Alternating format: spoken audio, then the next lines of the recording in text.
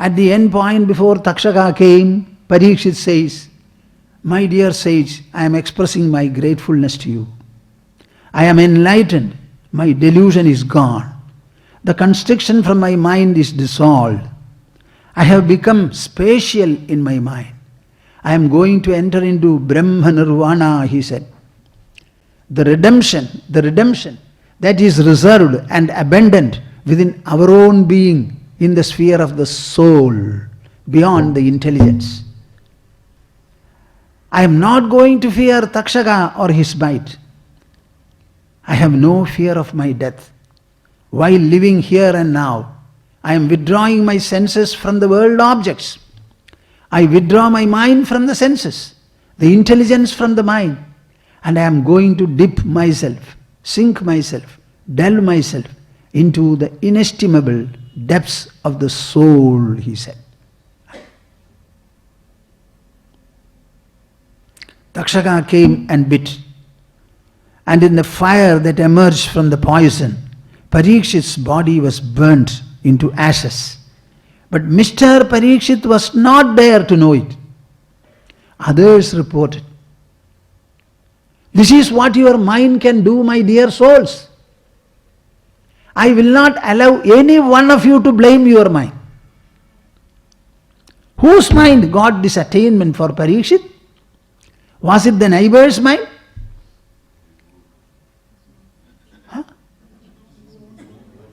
The same mind which committed the sin of putting a dead cobra on a sage's neck.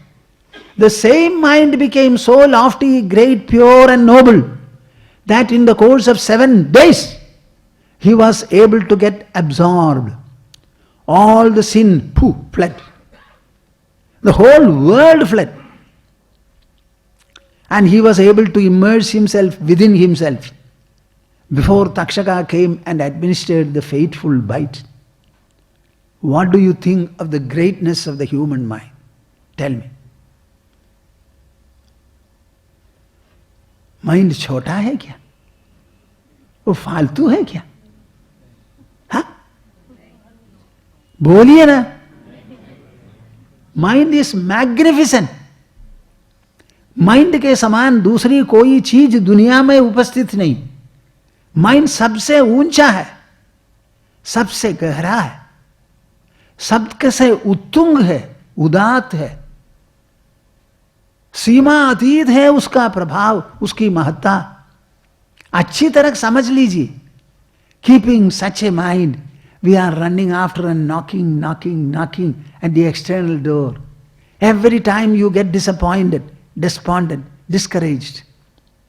This is what we are getting. Why don't you be encouraged? Encouraged. Viveka Chudamani is an enlightening interaction between the intelligence of man and the mind of man. In the form of a teacher, it presents ideas, truths, beautiful introspection, and in the form of a disciple, the whole presentation is heard, absorbed, assimilated, and the disciple becomes what he wants. This is the subject of discussion that we are doing. The 4 prerequisites we have already discussed. Nitya Nitya Vastu Vivekaha, Shamadamadi Shatka Sampattihi, Ihamutra Phalabhoga Viragaha, and Mumukshutva. All these requisites I think I have already discussed. Our dharma, our religion consists in sensory discipline.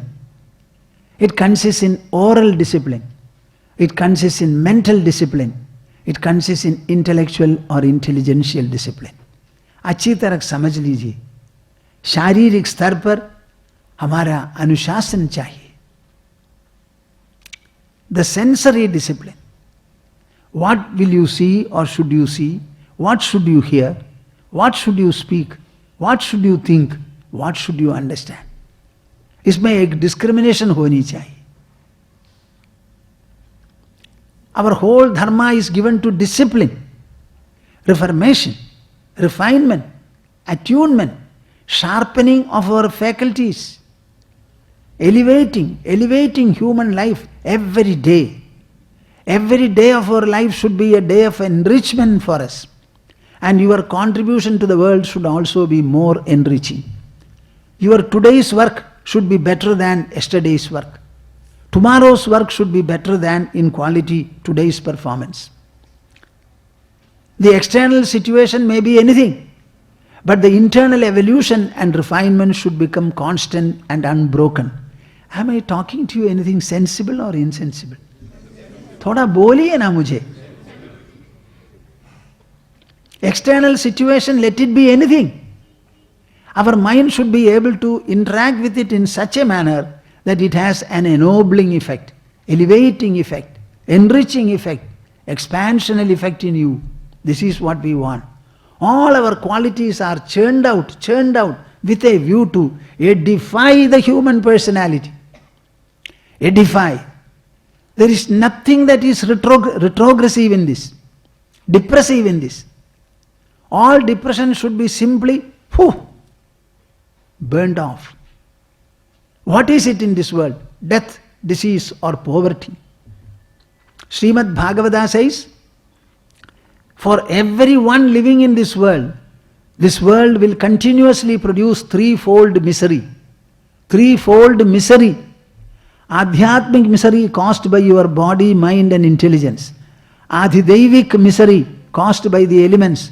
Adhibhautik misery caused by the other creatures, including human beings. This threefold misery cannot be avoided in human life. They can be mitigated and they can be made extinct, as you find in the case of Parikshit. Takshaka did come and bite, but Mr. Parikshit was not involved in the process. What more do you want? What more do you want? Arjuna crumbled in the battlefield. Krishna restored him in 3 hours. Rama was reluctant to live in this world. Vasishtadeva talked to him for 18 days and he overcame his delusion and ruled the kingdom in such a splendid manner that he could abandon the throne, abandon his own pregnant wife also to uphold the dynasty. What great heroic act was it? When your mind and intelligence grow in their capacity, in their quality, in their enrichment, in their self-edification, you will find there is nothing you cannot do in this world. Sri Krishna did everything that he wanted to, that he was supposed to do in 125 years of his life. And when he decided to go, Brahma asked him to go back. He said, I shall come back. But my family has become proud. If I leave my dynasty, the entire society will be destroyed by it, like the oceans overflowing the boundaries. So I will bring about a quarrel between them, a fight between them, and destroy them like the bamboo fire in the forest. Are you following me? Clusters of bamboos. In the wind they start swinging, rubbing against each other, and suddenly fire, blazes, and the whole thing is destroyed. Like that I am going to destroy my whole dynasty. Then I will also get destroyed. I will leave my body and come. You tell me the same Krishna Paramatma who did everything and so many people were rallying around him. The beautiful Dwaraka he made in the ocean. He said on the 7th day it will sink, water will take it. I don't want anything of mine to be left in this world. Except the words that I have uttered, except the message that I have given, nothing should survive in this world after me. My dynasty as a whole, myself also. When Krishna's departure was reported by Daruga, Rukmini suddenly prepared a fire and entered it. बोलिए ना, हमारी मन की शक्ति कितनी है बोलिए. आप शिव शिव शिव बोलती हैं, ये क्या है? Are you not shameful? Your mind is something very great. There is nothing that the mind cannot devour and dissolve. Let it be the huge world. I will close my eyes and sit. World कहाँ गई बोलिए? जब आप आंखों को बंद करते हैं दुनिया रहती है या नहीं? हाँ है। When I go into sleep कुछ है क्या? रिश्तेदार है, अपनी प्रिय पत्नी है या प्रिय पति है, बच्चे हैं, सोना तो है क्या? श्रुतीनां सूत्राणां स्मृति निखिल वेदानुवचसां परं हार्दं युक्तं ह्यखिलचिदचिद्भिन्नमपि च अभिन्नं स्वाभाव्याद् गुणिच परमं ब्रह्मकमिदं समादिष्टं यैस्तान् अपि सततमीडे गुरुवरान्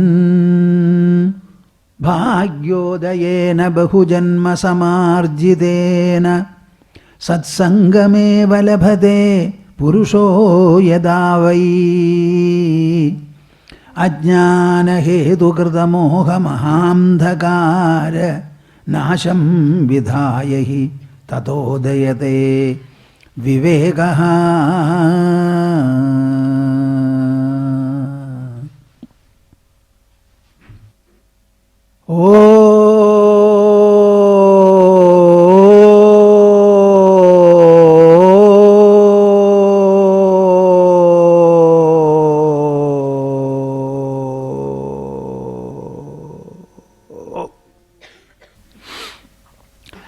See, I am reciting different verses in the way of benediction to begin with. Generally for this morning session or something like Upanishadic session, I say, Shrutinam Sutranam Smriti Nikhila Vedanuvachasam. Shrutinam Sutranam Smriti Nikhila Vedanuvachasam. The very line gives you what is our connection, what is your cultural connection, cultural genesis. Shrutinam. Everything commences from Shruti, means the Vedas. Sutranam. Connecting all the statements, revelations in the scriptures, Vedas, sutras have been made. In the sutras you will find consistency. There is a regularity, there is a sequence. But in the Upanishads, so many people composed Upanishads at different times. Everybody began from a certain premise or a background. So the scattered thoughts are there. But in the sutra you will find that scatteredness is not there. It is in a very great sequence. We have two sets of sutras. One is called the Mimamsa Sutras. The Vedas themselves have two sections. One section dealing with rituals and ceremonies, making and chanting a number of prayers addressed to some superhuman powers above in the sky. So this one section where you will find Yajna, Yaga, Agnihotra, Somayaga, Chadurmasya, Chandrayana, Krishna, so many rituals and ceremonies are there. So Jaimini Maharshi had made a few Mimamsa Sutras. And he goes on explaining that the Vedas are karma oriented. Do you understand my expression? Veda literally means a treasure of knowledge. Vidu is the root from which Veda is derived. Vidu means to know. Now, whatever is the outcome of the knowing process, that is presented in the Vedas. So it is a book containing knowledge. Now, Jaimini Maharshi came up and said, knowledge is not the point there. Whenever the Vedas ask you to do something or not to do something, that alone should be considered as a Vedic sentence. So he gave a new formula. Amna yasya kriyarthatvad. The purpose of the Vedas is to make you do or do not. Only when there is a prohibition or an injunction, you can consider a Vedic sentence to be true and wholesome. The first premise on which he starts is this. Now, Badarayana Vyasadeva wrote Like Mimamsa Sutras, he wrote Brahma Sutras. Again bringing to light what the Vedas are repeatedly revealing. And he wrote it in this manner. The entire Vedas are meant to enlighten you about things which you do not know with your senses. That fire is hot, it need not be told by the Vedas. Ice is cold, we know it. Am I clear? Should I say this? Huh?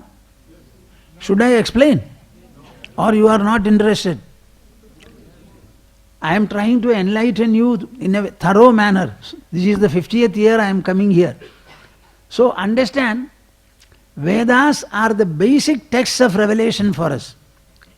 That basic text itself is divided and two different points of view are presented. Now Badarayana or Vyasadeva took his stand on the ground that Vedas are supposed to provide us knowledge. What knowledge? Not knowledge of the world, of matter, of energy.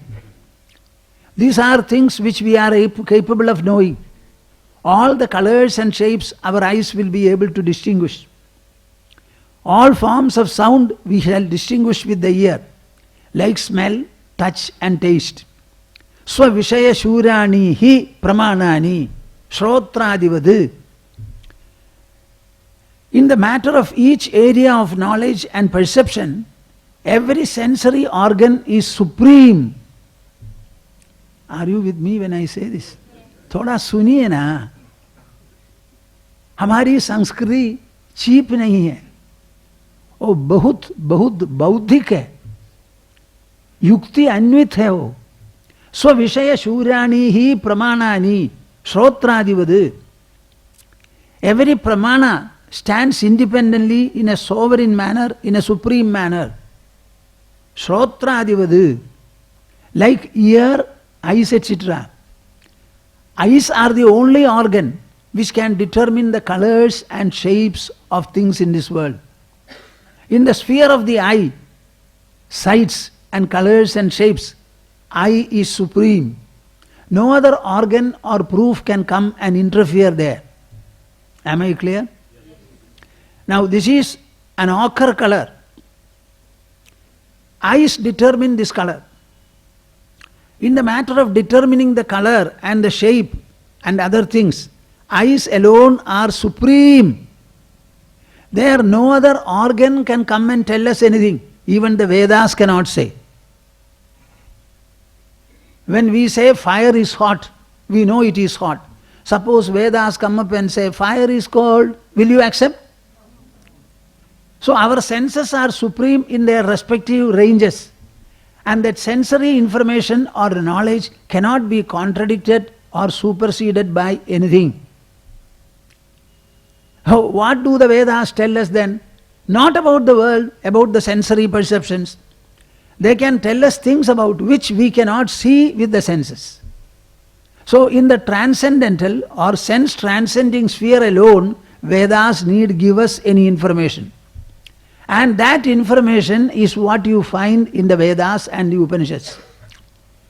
The Vedas themselves have 4 sections. One is called Samhita, the praises, prayers. Initially they started praising and praying, praising and praying. That is what every one of you, even intelligent people, are doing. Started praising. Mother and father told us to go to the temple. Pray, pray, pray. What for will you pray? Pray, let me pass in the examination with flying colors. Let me be first in the competitive test. Let me clear, let me pass. This is the prayer that you are making. This is determined by your examiners. This is determined by your answer paper. How can gods interfere there? Suppose you have not written well. Mr. God will come and interfere and make the examiner give you instead of 550. ये होगा क्या? तब किसके लिए प्रार्थना करनी चाहिए? सोचते नहीं. प्रार्थना, प्रार्थना, प्रार्थना. In my young days, I was a temple person, a temple boy. We used to spend quite a lot of time in the temple. Temple worship has shaped our life. So one day I went and asked my mother, Mother, what shall I pray? For? I don't know. I could not find an object of prayer. Why should I pray and what for?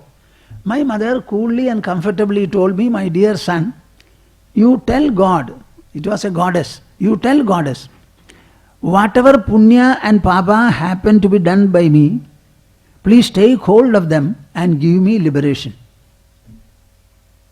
This is the prayer my mother wanted me to submit before the goddess. I did not know what was punya. To some extent I knew what was papa perhaps. I did not know what was moksha. But my mother asked me to do this. So many people are praying, not knowing what should be prayed for. So this is the first portion of the Vedas. Then they wanted to strengthen their prayer by some kind of a performance. Every day they were praising, oh God, you are supreme, you are great, you are great. And every day you are praising. But what are you giving him? You don't give anything. But how to give? These are all superhuman powers, invisible powers. They don't have a body, they will not come before us. So how can I give? I am not able to give. So what happened?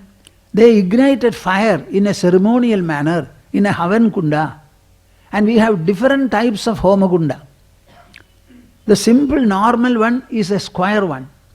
We have rectangle, semicircle, circle, hexagonal, octagonal, pentagonal, then 9-sided. We can have this type, and every particular size is supposed to be useful in a particular area. So our Hindu mind is a very fertile mind. It has got great imaginative power. Whatever sphere of activity it takes up, it will go on putting all the imagination and sankalpa into it and make it colorful and glorious. I have told you earlier also, all the wealthy people of Jamshedpur, if they are ready to perform a sacrifice, I will arrange for the sacrifice here in Jamshedpur. You will find all their wealth will be disposed of in that. What do I mean by that? Most costly combustible materials will be bought and everything will be offered into the Havan. And you will find their money is insufficient. All that I will do will be only a Havan. Are you following me what I say? Most costly things. Generally you put on costly things. If you love God and adore God and you consider that He is responsible for your life, costly things you will take or you will give Him. बोलिए ना थोड़ा, भगवान को देंगे या स्वयं उपभोग करेंगे? तो जितनी जितनी दामी चीज है सबको लाइए, सबको लाइए. It should be acceptable to the fire and the fire should reduce it to ashes. So we can pour a lot of ghee, a lot of that saffron also I will ask you to bring. There are so many medicinal plants which are very, very costly. I will say, bring this, bring that, bring this, bring that, and you will find your money bag is getting empty. There were Maharajas and emperors in our country. After performing a yaga, their treasury became completely empty. Do you understand? Please, be with me when I say this. Whenever Raja had excess of wealth, he was asked to perform a sacrifice. And this sacrifice meant spending the whole of money he had. When Yudhishthira after the war had to perform Ashwamedha Yaga, poor man, he did not have money. How to perform this Ashwamedha Yaga? Then he was told, you go to the Himalayas, in a particular region, a lot of jewels have been left by an emperor and he has gone. Collect all of them, sell them, make the money and perform Ashwamedha Yaga, he was told. What do you think of this? We are a people who are noted for sacrifice, sacrifice. Our philosophy is not one of enjoyment. Eat through the nose also. And become like a pumpkin, pumpkin, pumpkin. No, no, no, no. Our way is austerity. Our way is penance. Our way is tapasya.